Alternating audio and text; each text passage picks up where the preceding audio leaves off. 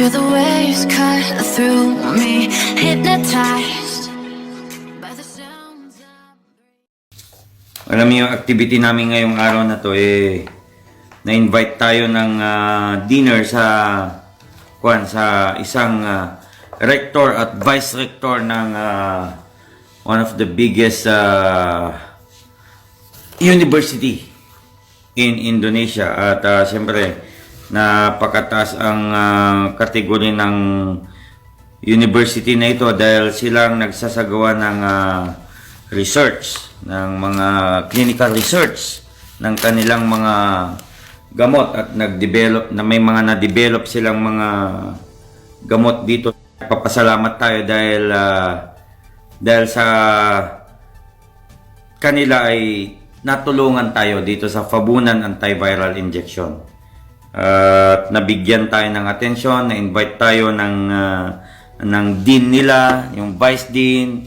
Nagkaroon ng talagang masusing pag-uusap at talagang siyempre pati yung mayor ng syudad na ito ay tinanggap tayo at kinausap tayo about this because they believe na itong made in Philippines na kwan natin na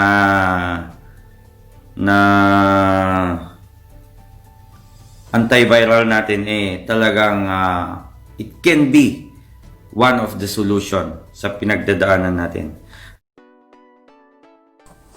Hello sa lahat ng ating mga supporters dyan. Heto na naman tayo sa ating mga updates. But bago ang lahat mga kaibigan, ay huwag nyo munang kalimutan, kaligtaan mag-subscribe para naman kayo ay palaging updated sa ating Super Mario Marcos. Batiin natin ang lahat ng ating mga viewers, silent supporters at subscribers all around the world. At sobrang masaya ako na nandyan kayo palagi para suportaan ang ating mga adhikain. Alright.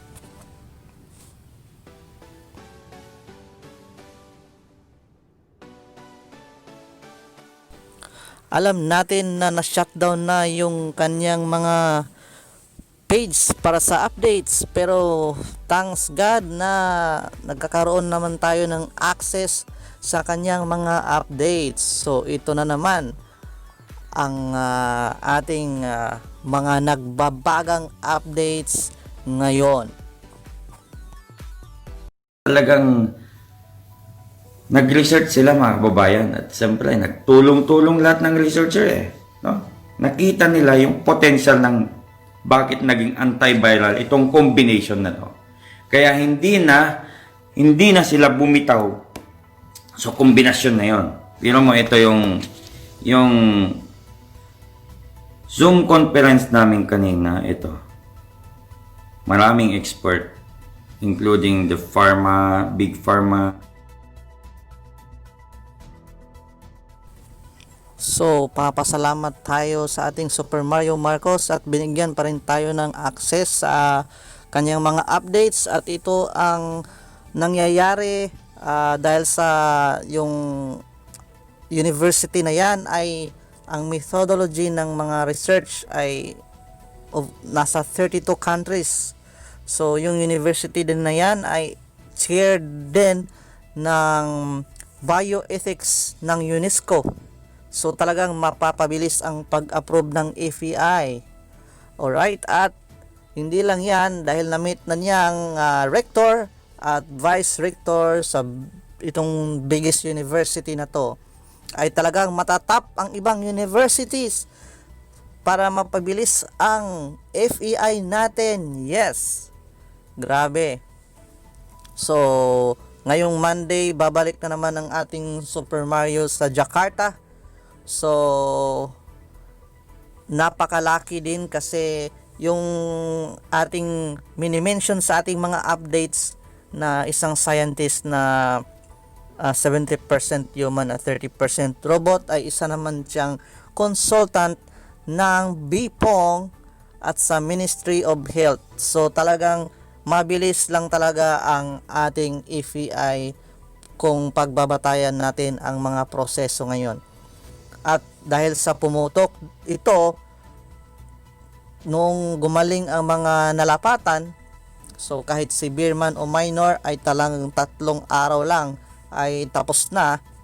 Alright, so yung mga patunay na yun at mismo ang ating Super Mario Marcos ay nagpatunay din sa kanila dahil sa physical challenge na hindi siya mahahawaan. At di lang yan, yung mga frontliners na nandoon sa hospitals na yun ay binigyan din ng ating Super Mario Marcos, at of course napatunayan na naman na hindi din sila nahawaan. Alright, so grabe, puro may reports at recorded yun, documented lahat. Kaya all in all, pag na ipon na yan lahat, that is a very proof na talagang ang FEI ay really tagumpay na. Okay?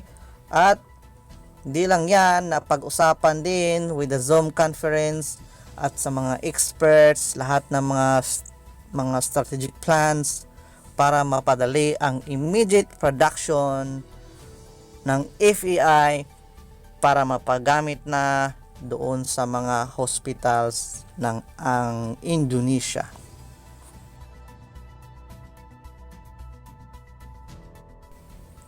So yung mga hukbong sandatahan na mga nakasubok, na lalong-lalo na yung mga high-ranking officials nila at yung mga families nila ay nakapagsubok din, ay may ginawa sa kanilang mga connections para naman ay mapabilis ang FEI.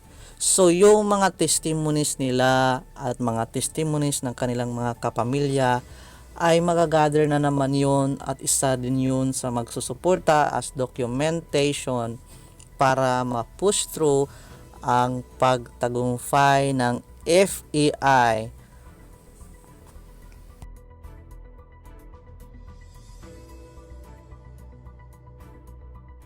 So ang ating Super Mario ay babalik sa Jakarta. So pagkatapos na yung mga itinerary niya ay matapos doon sa Jakarta, Indonesia, babalik na naman siya dyan sa university para ma-push through na naman ang lahat ng mga gagawin, mga strategic plans para mapadali ang at immediate na production ng FEI.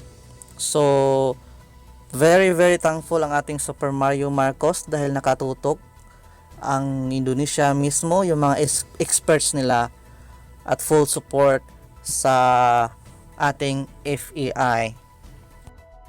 So ang ating Super Mario Marcos talaga ay nag-shortcut update lang kasi maraming pa silang i-prepare para sa kanilang mga activities na gagawin in few days time dyan mismo sa kanya, sa university na pinuntahan niya. So marami kami kanina na-discuss yung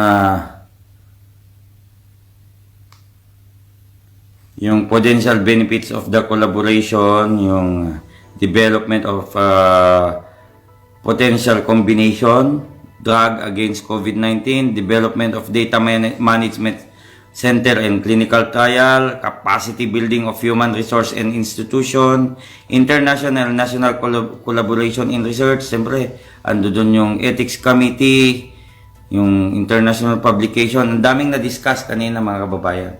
Dahil kailangan na itong actionan, gumagawa na ng talagang steps para makapag-proceed na. Okay? So maraming involved ngayon dito para, ang maganda dito dahil nagkakaisa sila para solusyonan ang problema ng bansa ng Indonesia. So maraming meeting pagdating ng Jakarta. Babalik kami ng Jakarta with Dr. Mamahit. Si Dr. Mamahit kasi kilalang kilala dito, biro mo.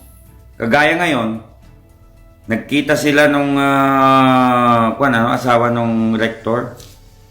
Sabi niya, kamag-anak ko yung asawa mo. Sabi kay Dr. Mamahit dahil former Minister of Health ang asawa ni Dr. Mamahit, di ba?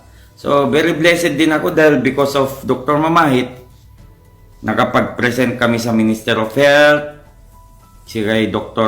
Tirawan. Nakapag-present kami at silang nakipag-usap sa mga BPOM na yan. At yung scientist dito is consultant ng FDA Indonesia at Minister of Health. So, ang laking advantage mga babayan. Yan at siyempre, yung mga general na mga nakatikim na ng pabunan ng antiviral injection, hindi mo na yun, mababago ang kanilang pag-isip dahil gumaling sila, gumaling ang kanilang asawa. Malaking bagay yun mga kababayan. Talagang napakalaking bagay yun. Okay? So, maraming salamat sa mga supporters natin at sa mga prayers ninyo at sa mga tiwala ninyo sa FAI. Maraming salamat at God bless you all mga kababayan. Maraming salamat. Maraming salamat sa inyong patuloy na pagtangkilik sa ating tahanan at pagsubaybay sa mga kaganapan na nangyayari, at ito ay sa ating final countdown at sa ating tagumpay na natatamo dyan sa Indonesia. Hopefully, we will see you again in our next update. God bless.